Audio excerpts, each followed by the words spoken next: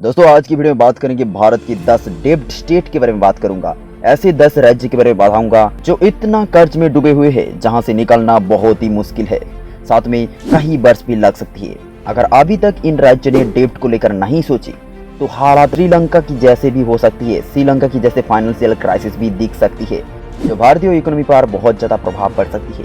तो चलिए दोस्तों जानते ही वो कौन सा राज्य है जिसकी वजह से हमारा देश खतरे में आ सकती है।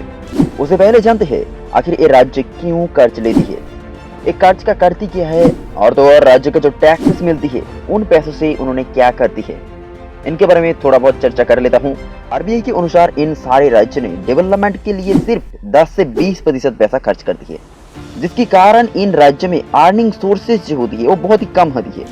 बाकी 80 से 90% पैसा इलेक्शन के समय जनता को दी गई वादा जैसे फ्री बिजली, फ्री पानी, फ्री रेशन और भी बहुत सारी अनयूजुअल प्रोजेक्ट के बारे में प्रोक्लेम कर देती है। इसके कारण उन सरकार जब बनती है तब उन वादा को पूरा करने के लिए उनको कर्ज लेना पड़ती है, और इन राज्यों ने डेवलपमेंट के बारे में नहीं सोचने के कारण डेब्ट ट्रैप में फंसती चले जा रहे हैं, जो आगे चलकर श्रीलंका जैसी हालत भी हो सकती है।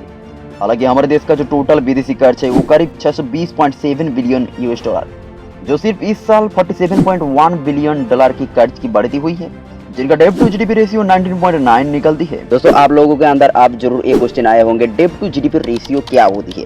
आमतौर पर फाइनेंस पर इसको बहुत ज्यादा यूज किया जाती है। किसी भी देश का ऋण का उसका सकल घरेलू उत्पाद यानी कि जीडीपी का जो अनुपात है वही होता है डेब्ट टू जीडीपी रेशियो। डेब्ट टू जीडीपी रेशियो का फॉर्मूला होती है टोटल डेब्ट by total GDP in A years. एक साल में जितना जीडीपी निकलती है उसके साथ डेब्ट को डिवाइड करने से जो परसेंटेज मिलती है उसी को डेब्ट टू जीडीपी रेशियो कहती है। एक एग्जांपल के तहत समझते हैं, अगर आप 100 रुपया कमाया लेकिन आपका जो उधार है वो 20 रुपया है, तो आपका जो डेब्ट टू जीडीपी रेशियो होती है वो होती है 20%। डेब्ट to GDP ratio basically share market में किसी भी कंपनी को एनालिसिस करने के लिए या फिर किसी भी देश का कर्ज को एनालिसिस करने के लिए और किसी भी देश की फाइनेंशियल स्ट्रांग है कि नहीं ये जानने के लिए डेब्ट टू जीडीपी रेशियो का बहुत ज्यादा इस्तेमाल किया जाती है। तो आज हमारे देश का टोटल जीडीपी है 3.53 ट्रिलियन US डॉलर, जो दुनिया का 5th स्ट्रॉन्गेस्ट इकोनॉमिक कंट्री है। साथ में हमारा देश का टोटल डेब्ट टू जीडीपी रेशियो निकलती है 19.9%, जो पिछले साल के मुकाबले में 0.3% की कमती यानी कि घटती हुई है।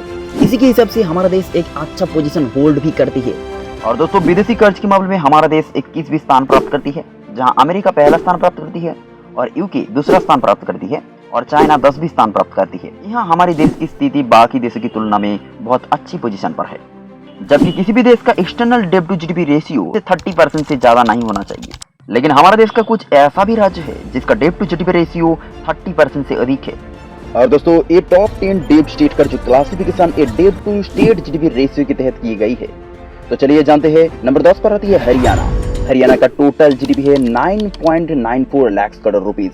हरियाणा जीडीपी की रैंक के हिसाब से 13th पोजीशन पर आती है, जबकि हरियाणा का जीडीपी पर कैपिटल इनकम है 2,63,649 रुपीज, जो बहुत अच्छा पोजीशन पर है।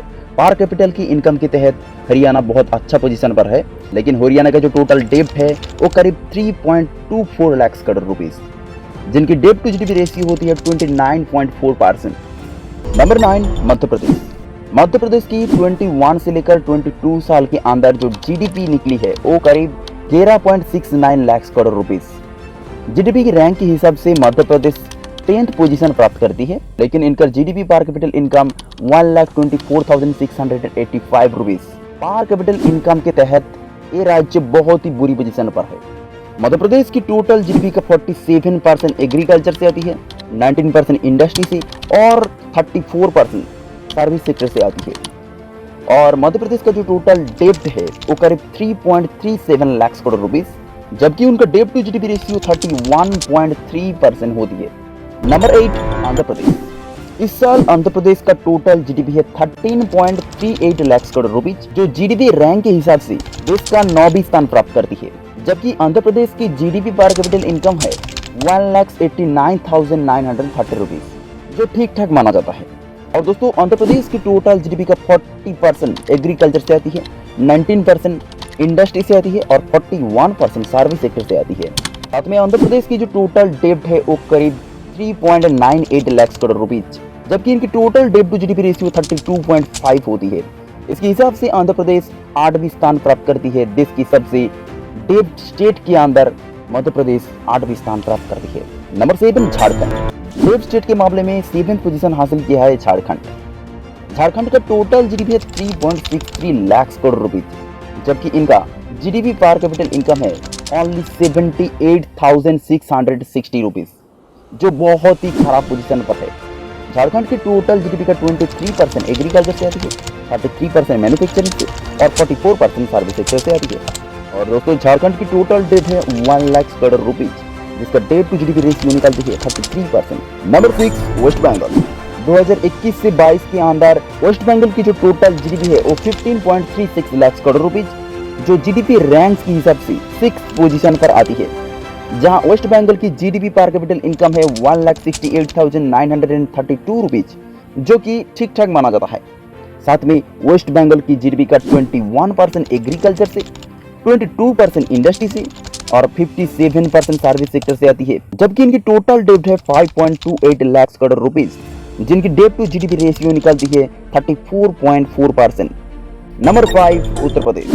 उत्तर प्रदेश की GDP 20.48 lakh crore rupees, GDP के रैंक के हिसाब से ये 4th पोजीशन पर आती है, लेकिन जीडीपी पर कैपिटल इनकम उत्तर प्रदेश की बहुत ही बुरी पोजीशन पर है।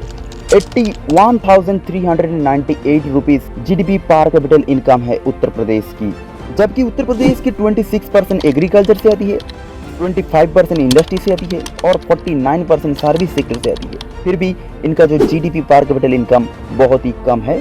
साथ में उत्तर प्रदेश की जो टोटल डेब्ट है वो करीब 6.62 लाख करोड़ रुपीस है, जिसका डेब्ट टू जीडीपी रेशियो निकलती है करीब 34.9%। नंबर 4 केरला। इस साल केरला का टोटल जीडीपी है 9.99 लाख करोड़ रुपीस।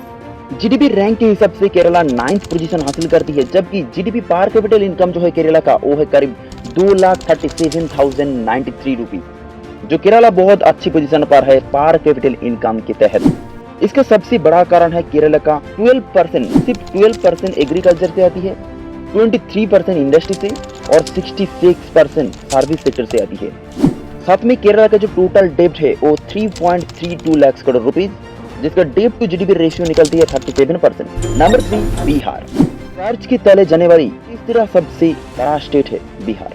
बिहार का जो इस साल जो टोटल जीडीपी निकली है वो करीब 7.52 लाख करोड़ रुपीज, जो जीडीपी रैंक का 14th पोजीशन पर आती है, लेकिन इनका जो पर कैपिटल इनकम वो सबसे खराब है।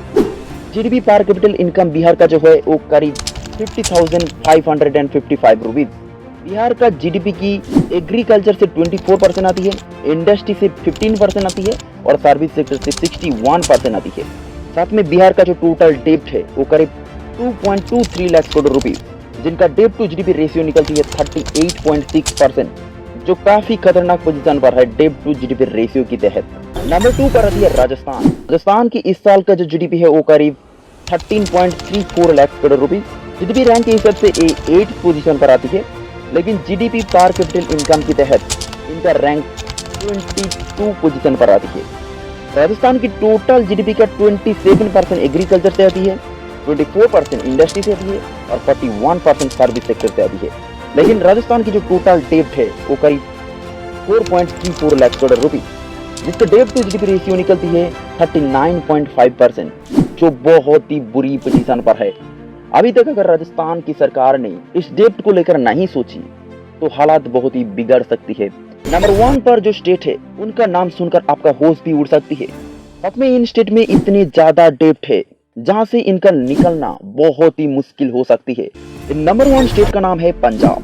2020 और 21 साल के बीच में पंजाब का जो टोटल जीडीपी था वो करीब 5.41 लाख करोड़ रुपीस, जो उस टाइम पंजाब 16th पोजीशन पर रैंक कर रही थी जीडीपी रैंक के हिसाब से।